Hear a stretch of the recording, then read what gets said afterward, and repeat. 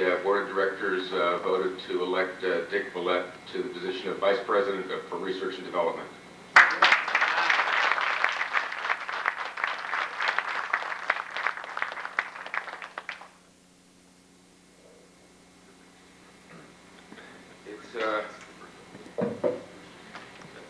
It's always a very real pleasure for me to welcome you to our annual national sales meeting, but this year there's an extra dimension of what I can only refer to as sales excitement.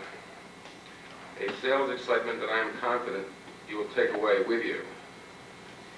It's a significant part of our job in Brooklyn to provide you not only with the merchandise that you can sell with confidence, but to enhance this merchandise with a kind of enthusiasm, excitement that will make your own selling job a little easier and, we hope, a lot more rewarding. As you would expect, Pete, Frank, and the sales department have a theme for this meeting, a very meaningful and realistic theme, and I'll leave it to them to tell you about it. But I have a theme of my own, not to replace theirs, but to reinforce it. What I'm talking about is the new Kentile, a new aspect to a company that's building its own personality, its own character, and its own reputation on a solid foundation of a name and a product line that has a unique record of innovation, quality, and leadership in the industry. This new Kentile of ours is looking forward not merely to the 90s, but to the 21st century yet to come. Let's take a brief look. We've got new management, a blend of experienced, knowledgeable professionals and dynamic new people. We've got a new aggressiveness and new sales and marketing ideas that you'll learn about over the next 3 days. We've got a willingness to challenge the market with new products, new colors, new styles, and a commitment to use these marketing tools to make us a more potent force in the field than ever before. We've got new products, we've got new production capacity, new facilities with even more on the way, because we intend to meet the buying pressures we know you're going to get on the new Kentile products. You'll be introduced to these over the next few days. We've got new promotions, new advertising programs. Really, the new Kentile has just about everything, as you will see. It adds up to sales excitement. Everything I've mentioned will be reviewed with you in greater detail. You get specifics on color, style, on what our new production facilities are and what they will mean to you, on new displays, and on the expanded budget that will keep our name in front of all markets, professional, trade, and residential. You'll learn the details of our vastly increased research and development, equipment and personnel, and about the way quality control is making impact on the products we ship. And there's more. Our new Chicago facilities' productive capacity has been increased by 32%. The expansion of capacity at South Plainfield that's underway right now will be online by early summer. We're investing major dollars to provide you with all the products, merchandising, and marketing backup that we possibly can. This year alone, your company is spending $3 million on capital improvements that we firmly expect will be reflected in your own efforts and results.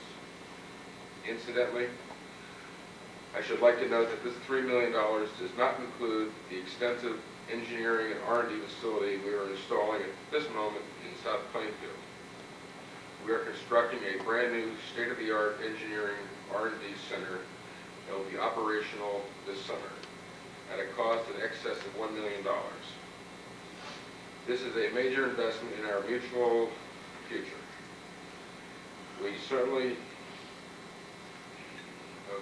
the contributions we expect to flow from this new center will go far in helping us to build and capitalize on the concept of the new Kentile. Over and above this, and indicative of the way We are exploring every resource to strengthen our market position. We are now working with offshore production that will broaden our lines and provide new price points and new product introductions that will enable you to meet with your distributors confident that you and Kentile are answering their needs by providing them with the products that will give them and you the competitive advantage. Incidentally, you must have all heard rumors of our pending move of headquarters from Brooklyn to the hot spot of Manhattan. Well, this is just a rumor. We are, in fact, staying put in our uniquely luxurious surroundings. And for a very good reason. It would have cost us literally an arm and a leg to move. And we turned it down because of a commitment we have made to put our money where the results will be apparent. To put our money into products and research, providing you and our distributors with the products and the support you need to do a solid selling job. Talk about dedication and holiness. This company is, in the classic business school phrase, market-driven as never before.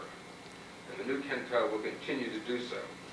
We will continue to be concerned with what we can do for you and for our distribution to make our mutual interdependence and relationship a more gratifying and satisfying and ever more profitable for all of us. We will continue to anticipate and respond to market needs to the best of our ability.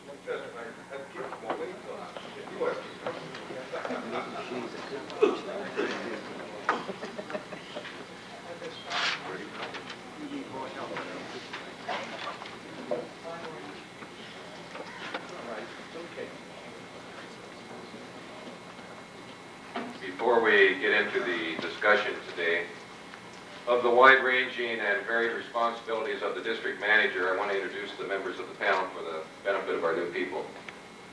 Over on the right side, or on my right side of the table, is Andy Aldo from Shelton, Connecticut. He's District 16. Has 3 distributors in the Massachusetts and Connecticut market. Larry St. Pierre in the middle is based out of Omaha. He's been with Kentile for 7 years. Has 3 distributors in the Nebraska, South Dakota, Iowa, and Minnesota and Wyoming areas.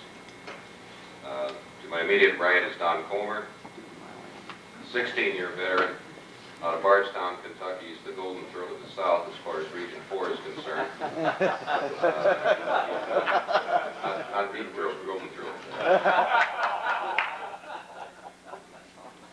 Don has 3 distributors in West Virginia and Kentucky, and gets into Indiana, and one of his distributors likes to cover the entire country. We've got 34 years of district management experience on the panel with a broad geographic area. You should be prepared to take notes, as many points will come out in our discussion today covering the varied district manager duties and activities. Both veteran and new district managers should benefit from the discussion. Can you all hear me okay? We're going to allow for a short question-answer period at the conclusion of the discussion. Let's get things started, guys. Before we get into the duties and activities of a district manager, we have to know what the various job functions are. Don, how would you describe the general functions of a Kentile DM? Well, I'd say the functions of a Kentile DM is comparable to owning a hat store. You have to change one every day, and sometimes you have to change a hat every hour. But the most important hat is that of a salesman. You have to sell yourself as well as selling the entire Kentile line. Hundreds of books have been written about the selling game, and they're being written daily. But one of the best is Kentile's own Tiger on the Hill. And I, for one, would certainly like to see this book updated and back in, especially with the new people in here. And going along with the salesman's hat is a hat that an inventory specialist must wear.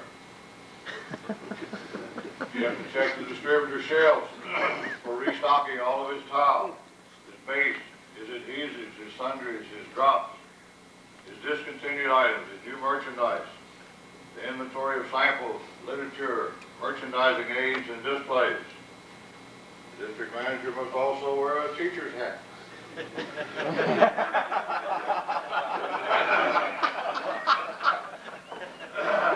For training distributor salespeople and dealers. A hard hat for on-job site inspections. Everybody needs these to be used. A safari hat for hunting new customers in new territories. A diplomat's hat to soothe the feelings of customers that think that they've been wrong. And a helmet for those that can't be convinced.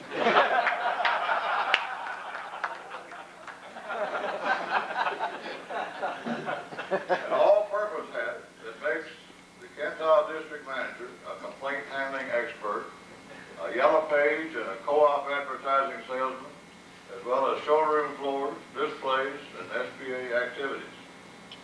Another hat is a reading cap that's very important for reading all the publications pertaining to floor coverage and to keep up with industry trends in and out of your own territory and what the competition has done. That roughly is my answer. Very good, Don. From the description of it, it sounds like the district manager is involved in about every facet of the company possible at a given time. Andy, how would you more specifically describe the DM's functions? Al, I think if there's one thing we have to emphasize with the DM is that he has to get involved in his territory. He has to get involved in all aspects of the territory. That means getting involved with architects and designers. You have to get involved with your major flooring contractors. Those are the guys you have to quote your contract price to, and you want to follow up with those guys. If you didn't get the job, you should at least know why you didn't get the job. If you're too low or too high or whatever. You want to call on and service the needs of your distributor. That means you may have to attend shows, sales meetings, you want to settle complaints, you have to work with your distributor salespeople, and overall you want to ensure that your products are being represented properly. You have to keep accurate records and files, particularly on your complaints, and overall it requires an individual that's organized, he's got to be motivated, he's got to be competitive, he should be respected, I don't mean arrogant, but respected, and he should be sales oriented.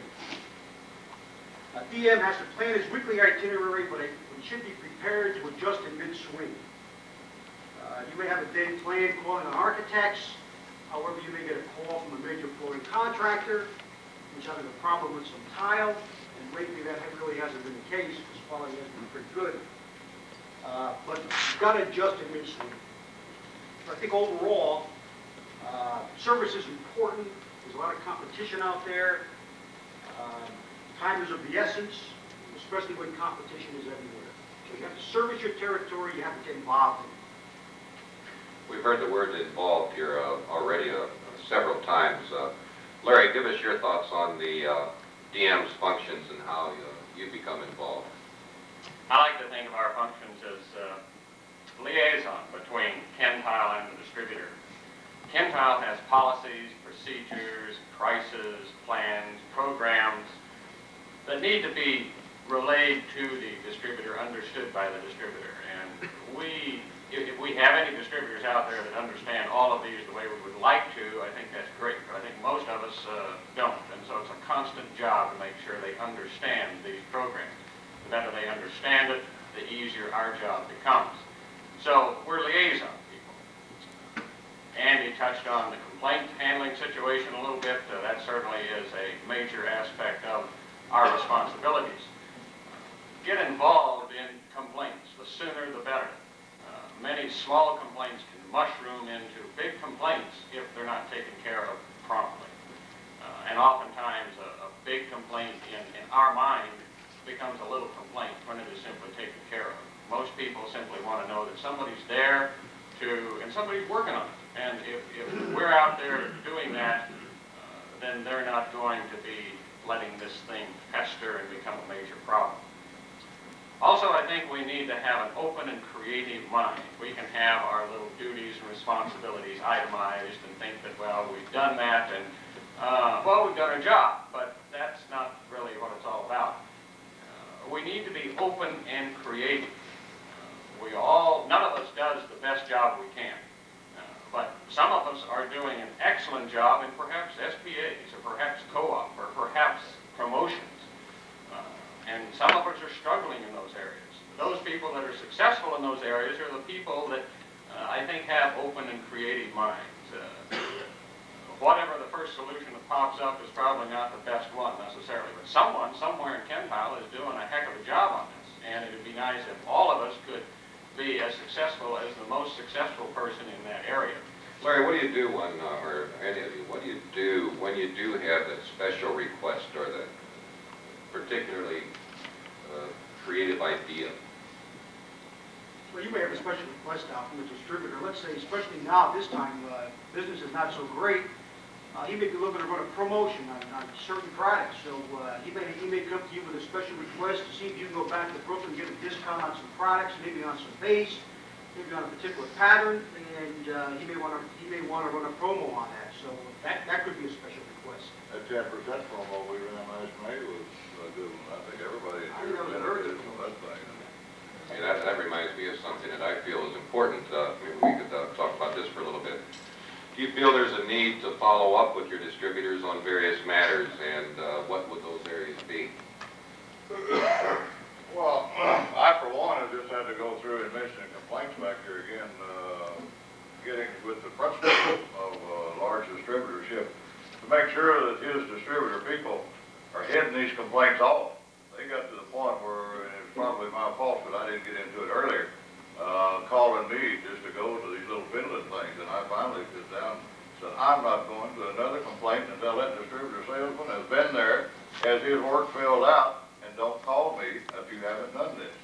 It's a matter of touching bases, just keeping communication on. Yeah. Any other thoughts, guys? We also have forms that come out from the Brooklyn office, and we have new products such as the Desert Sands, sample order forms, requests for 3x3s, full-size samples, style selector inserts. If we think that we get our copy, and if we think that the distributor, when he gets his copy, is going to sit down and fill those things out in a realistic fashion based upon his needs, we're fooling ourselves. No way. We have to go in and sit down with the distributor and make certain that those are filled out the way we want them filled out, not the way he wants them filled out. And that takes follow-up. You can't go in just one time and, oh, sure, Larry, I'll do that, I'll take care of that, thinking it's going to get done, because it won't. So that's a major area, I think, to follow up. I think to summarize, we can say that every mailing that comes out of Brooklyn should be followed up with your distributor on. Every mailing. Whether it's a drop, whether it's a new product addition, no matter what. If it's a change in contract price, I think we can't assume that our distributor knows that just because he got a mailing that the person involved, a lot of those mailings are never passed on. So basically, we're talking about all, just about any mailing period that goes out should be followed by the district manager, right? Oh, okay. Without exception. Okay.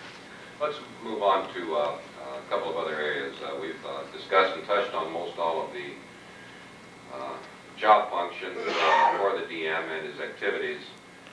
It's impossible to cover everything in the time we have allotted here, but let's talk about a couple of other areas in a little more detail. Our primary function is to sell our product. How do you find time to call on all of your customers?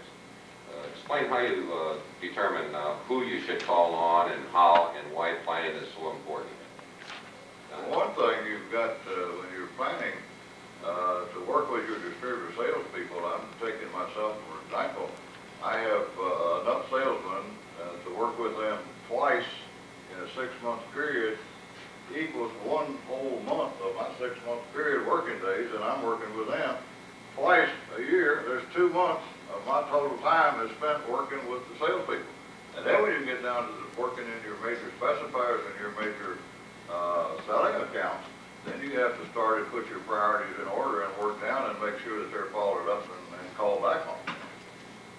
I think that if you could, it's pretty easy to plan a day. if you get an inquiry from an architect, let's say, that's 2.5 hours away from you, then obviously, if you want samples, you're not gonna drive 2.5 hours and just hit that one architect. You're gonna spend a day there.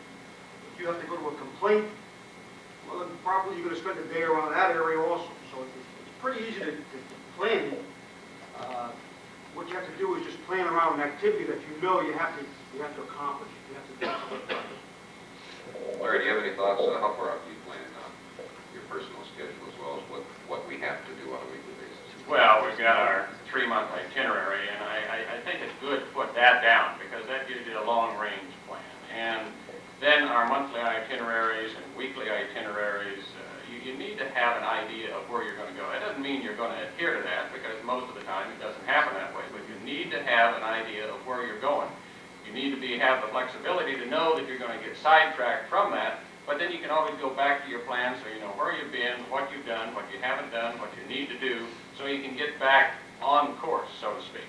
Also, as we're going around making our contacts with our dealers and our architects and the accounts we call on, we make individual, I think, minute adjustments to those people and the amount of attention or time we need to spend with each one. Somebody might need more attention in the residential area. Somebody might need more attention in the solid vinyl area. Somebody might need more attention in the contract or those types of areas. And we make adjustments as we're going around, and that has to be incorporated into the planning activity also. Let's think of, we have 7 new district managers with us this year. Let's think both for the new district manager going into a new district or a district manager that's transferring into a new marketplace. Andy, what would you do to establish yourself in a new market? I think the first thing you should do, Al, is a combination of 2 things. I think you want to blitz the architects. You want to hit as many architects as you possibly can. You can't assume that they're all sampled because you really don't know what they got before you did. The second thing you want to do is you want to call them the major flooring contractors. You want to make sure they have your contract price. That can mean immediate business and good volume business. So I think the combination of calling on architects and hitting the major flooring dealers is a good idea. The other thing is you should work with your distributor salespeople as soon as you can because they're going to teach you the geographics of the territory and they're going to teach you who to speak to at the major in the key accounts. The geographics is important, especially if you're new in the territory and you're not accustomed to traveling that territory. They're going to teach you the ropes. They're going to teach you how to get to certain areas. So I think those 3 things combined is pretty important. Okay. Larry, do you have any thoughts on this? Well, in addition to the architects and interior design people that you get out of phone books and the contacts you get from Dodge reports, Dodge rooms, builders bureaus, and so forth, keep in mind that there's also places like there's schools out there, there's hospitals, there's universities. And while we're talking about universities, think about the interior design department of a university. And think of the number of nubile young ladies in there that are just waiting for some handsome young man to come in and tell them everything they need to know about an ideal floor covering. And they're just out there waiting to have somebody come in, and they're eager. And it's an easy call, it's a fun call, and we can all use some fun calls. I'll tell you how eager they are.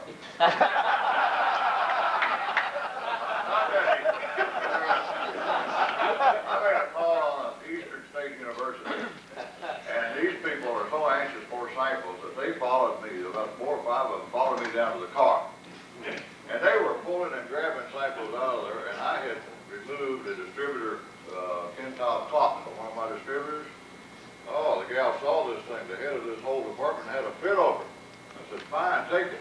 That clock's been hanging over there in that university for 3 years right now.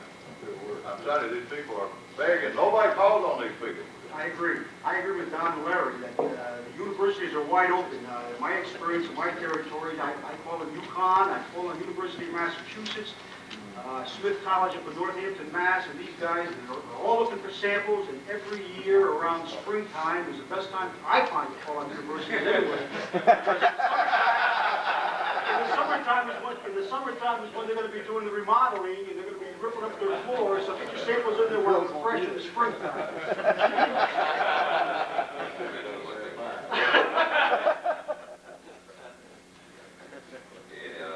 A couple of things here I'd like to bring on myself. And again, we're thinking of the new territory here, but Andy alluded to the distributor cooperation and so forth. Just how do you really get that cooperation? What is expected? Do we really get it the way we want it? I don't think anybody ever gets the cooperation at the time that you want. A distributor has so many people calling and begging and insisting on that time. And it's a type of a thing that you have to just stand up and insist on, that you're going to have so many days or so much time with those people. And before we get away from the schools and things, one more thing I would always caution every new salesperson and old one too. And I call on these people myself, and I insist that these people call on every account that has the word acoustics in their title, or ceilings and floors, or ceilings. They don't even have floors, most of them. These people do work that they're already in a building. Some of my largest account are acoustic dealers, drywall dealers, and these type people. Check them. Okay. The thing I think some of us take for granted, though, guys, just to close this particular section off, is the fact that we think the distributor is going to give us their cooperation. They're not just going to give it to us. We have to demand it. We have to insist on it from the start. And if that stage is set, then we have the cooperation that all too often we may take for granted.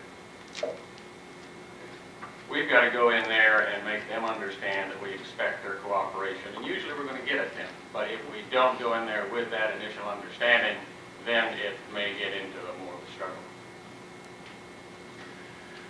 Okay, let's just briefly touch on a couple of other areas here regarding a new territory and how to get involved in it.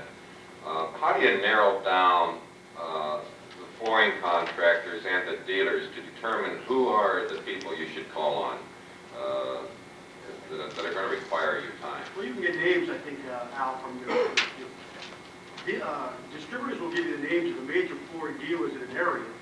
A guy's reputation, I'm sure, speaks for itself. You can get names from general contractors. You can get names off signs on buildings. You can stop at buildings and find out who's doing the flooring, or who, if you stop at a job site and speak to the GC, they'll tell you who we gave the flooring job to. So there's many ways of finding out who the key dealers are in a given territory. And of course, there's always the phone books. You can always pick up a phone book and look under flooring dealers and find out who the major dealers are in a given area. Do you have an architect specifier? Well, every state that I have in my territory has a state association of architects, and they're always listed in the phone book. And, for example, the West Virginia Society of Architects, Kentucky Society of Architects. And if you make a call on that account right there, you're not taking samples or anything in because they don't want samples at that place. But if you ask them for a list of the dealers, they'll give you a booklet or a list of every dealer in that state that belongs to this thing. Every dealer. They wouldn't just tell them with the idea that you want to go and make sure that they're updated with all new material with this thing. And you walk out of there with a list of every architect in the whole state.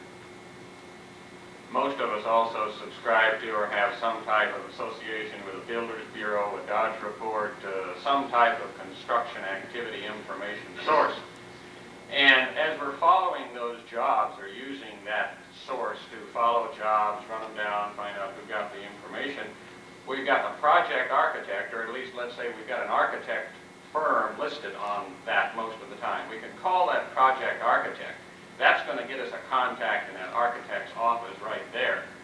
And from that project architect, we can often find who the general is if we don't already know. By calling the general, we can find out who got the job, or if we're early, we can call back later and find out who got the job if we don't already know that.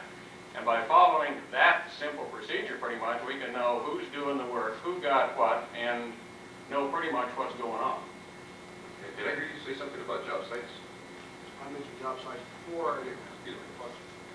The general idea there, any place you see a hole, stop and find out what they're doing. Okay. What about competition as an important part? We got gynecologists. You don't want to do that. You can only get away with it, Mr. President.